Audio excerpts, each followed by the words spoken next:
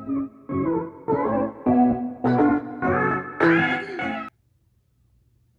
you guys, so I just wanted to give you an update on everything that's going on. So I am in my third term and I am working on two classes now.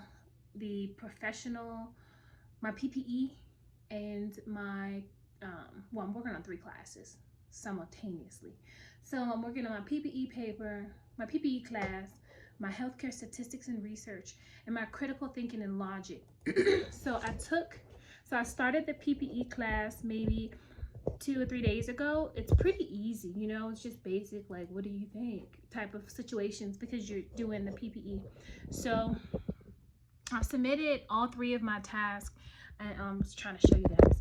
And only one of them has come back so far for evaluation. Let me see if you guys can see that. So I am waiting. So I have to rewrite that. It's not a whole lot of fixes that need to be done, just like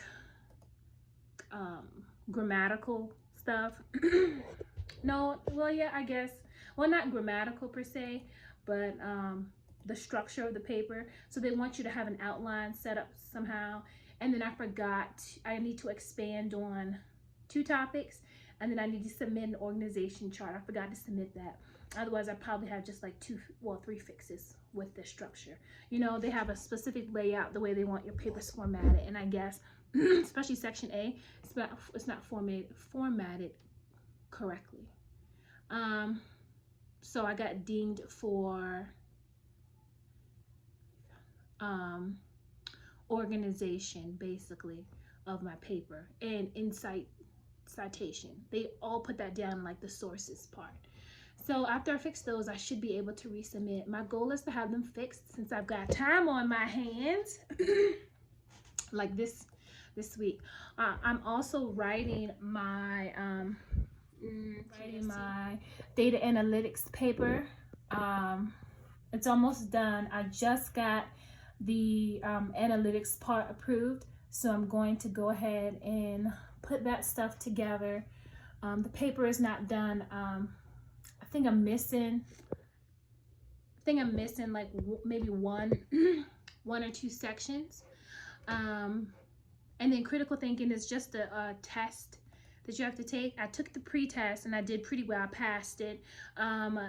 It's really, I don't want to say it's random, but the questions are more like situational questions.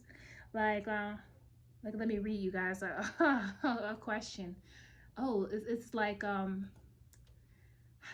me just read you a question from the test, because I would never have thought to pick a question like this. So I got exemplary in problem identification and clarification, and then I need to work on analysis and interpretation of information data. I keeps coming back to information governance.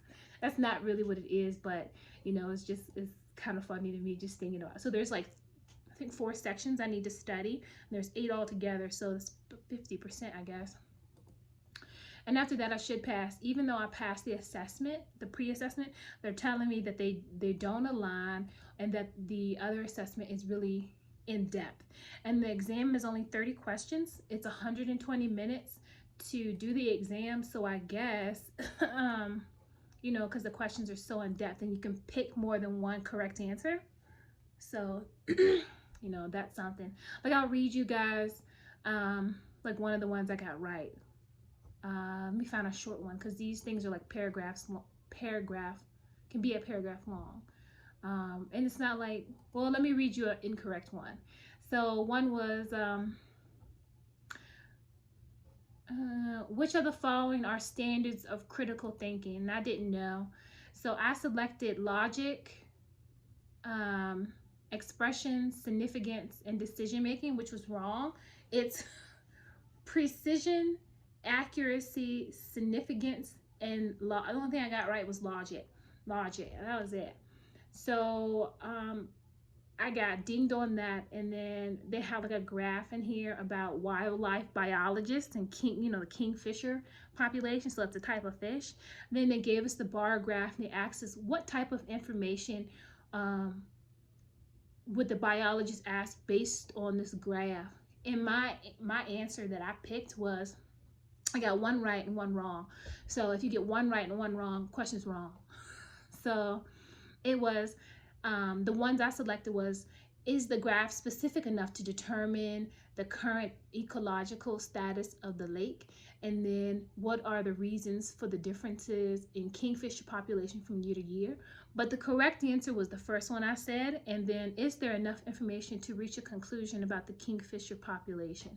So like, it's a little weird the way they have it set up, but I know I need to study.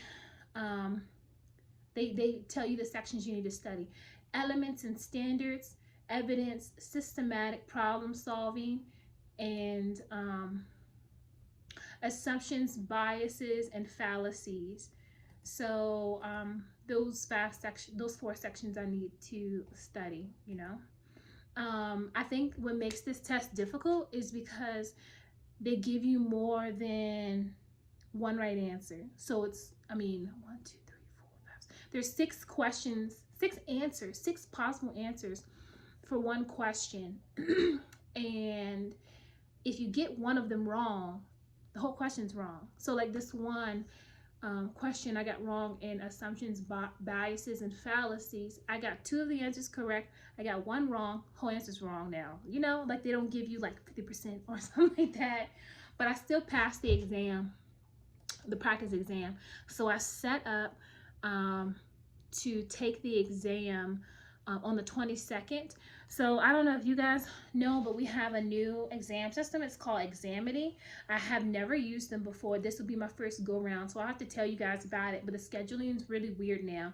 I guess because of COVID, it's really hard to schedule. When I first came into WGU, I could take an exam whenever I got ready to. I could just go into the exam site, select take test now, and just take the exam. But now I can't. So I had to select whatever time slot was available for me, and I waited to set up this exam because when COVID hit, because we have our exam people from another country, they're from either Thailand or Philippines, I don't know where they're from, Thailand, Philippines, one of them, and they ended up working from home, and I guess a lot of people were concerned that their security wasn't good, so they didn't want to risk them tapping into their home computers and going through their stuff. So they had to secure a lot of people and let them know that no, it's okay, they're going to be using a lockdown VPN and all this other stuff. And then not only that, I guess their infrastructure is not set up, maybe not set up like ours. So it took them about a good 2 weeks before they were like ready to go. So with that being said, it pushed a lot of people who were at the end of their term. So like at the end of their term, the last chance they can take an exam for that term to take their exams. So it kind of pushed a lot of us back. And even though we're in April now, I kind of lucked out. I had started this stuff, my coursework, in March. And here we are in April. So like 6 weeks later, and I'm just now getting down into my work because there's been so much stuff going on, and it's been really distracting. So I do still have to take C810. I did not take the test at the end of the month, like I originally said I was, or planned to. They explained to me that they were going to be updating that class either at the end of my term or the beginning of next. At this point, I don't really care when they update it, as long as they update it within the year, so I can sit and take this exam. And then I have like I've got test anxiety. Like I usually don't get too bad when I'm taking exams, but like taking this, I felt like I was gonna like vomit, like I was gonna throw up. I got sweaty hands. I'm having heat flashes, girl. So I just was like, let me see what else I can do. I'm still in the program. I did get an evaluation done. I'll have to show you guys that. I'm trying to figure out how to do like the little box inside the screen, YouTube screen, so you guys can like follow along with me. I haven't figured that out, but we're working on it, okay? So I'm hoping to get all that stuff done.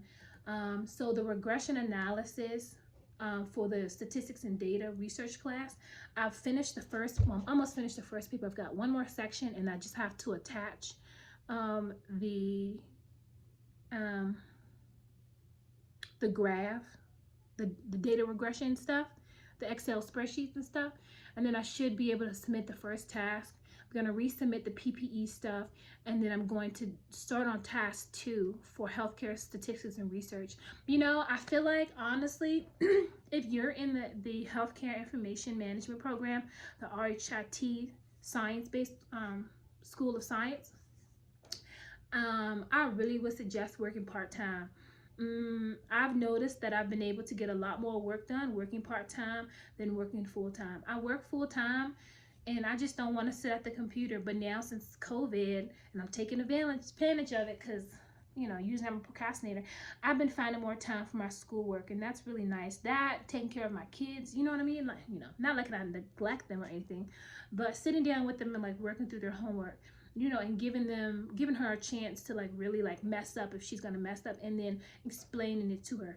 At first I was like, come on man, you gotta get this, we gotta get it now, why you don't understand, you know, I was getting frustrated. And I think that's because, you know, I didn't have a lot of time after work to really like think. But now, since COVID, I've had time to sit down and do all that stuff with her. So we finished her homework, her Google Classroom work, and then any little extra outside stuff that the teacher sent. So we finished all that before noon. So we're basically done for the day.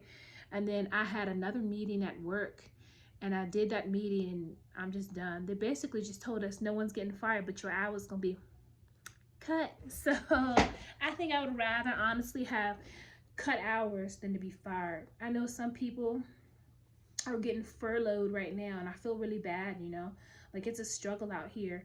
And I know like they're offering a lot of programs, but like, just like my bank said, like, hey, you know, it's only so much that we can offer you. You only got 3 months for a certain program. So really make sure that you guys can, you know, are ready to file it now. You know, whether or not we're ready to file it now, like, we don't really have an option, you know what I mean? My hours have been cut back, you know what I mean? I'm forced to take PTO.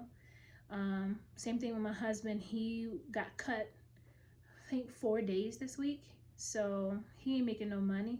And he's a contractor, so he makes money when he works, basically. He doesn't get but like maybe 3 hours of PTO a month, so he doesn't really have a lot built up. So I don't know, it's getting kind of stressful, and I'm trying not to like let it worry me too much, you know, because it's only so much that we can do. So I guess selling our house came at the right time. Oh yes, my pickup is ready. I got I did Target pickup for some things we needed, like syrup, you know what I mean, floor cleaning supplies, if I could find it, and hopefully they got the floor cleaning stuff. But yeah, so I guess I'm gonna go get that, and then when I come back, hopefully I'll have these classes done by the end of the week, and I can actually accelerate one term, right? My last one, hopefully, and get all this stuff done. So I still have 4 more classes after this term left. If I don't accelerate, if I do, then I'll just have 3. I already know C8 110 gonna drop to the next term. I know D033 gonna drop to the next term, and I just have to make a choice now. And if I'm gonna be able to finish 1, 2, 3 more classes on top of the 3 I'm getting done. I have 20 weeks left, and if I can get all these classes finished in the next 2 weeks, then I'm just gonna start pulling them up one at a time. I think I'd really rather do I don't know, it really, for me, a paper versus a test, it really depends on how many papers inside of the class they're gonna ask me to write. This one, they only asked me for 2, so I think the quality management something is 3 or 4. So I might do that one, knock it out, and then I'll just have OAs left to take. So I just wanted to give you guys an update. Let me know how you guys are doing. See you later.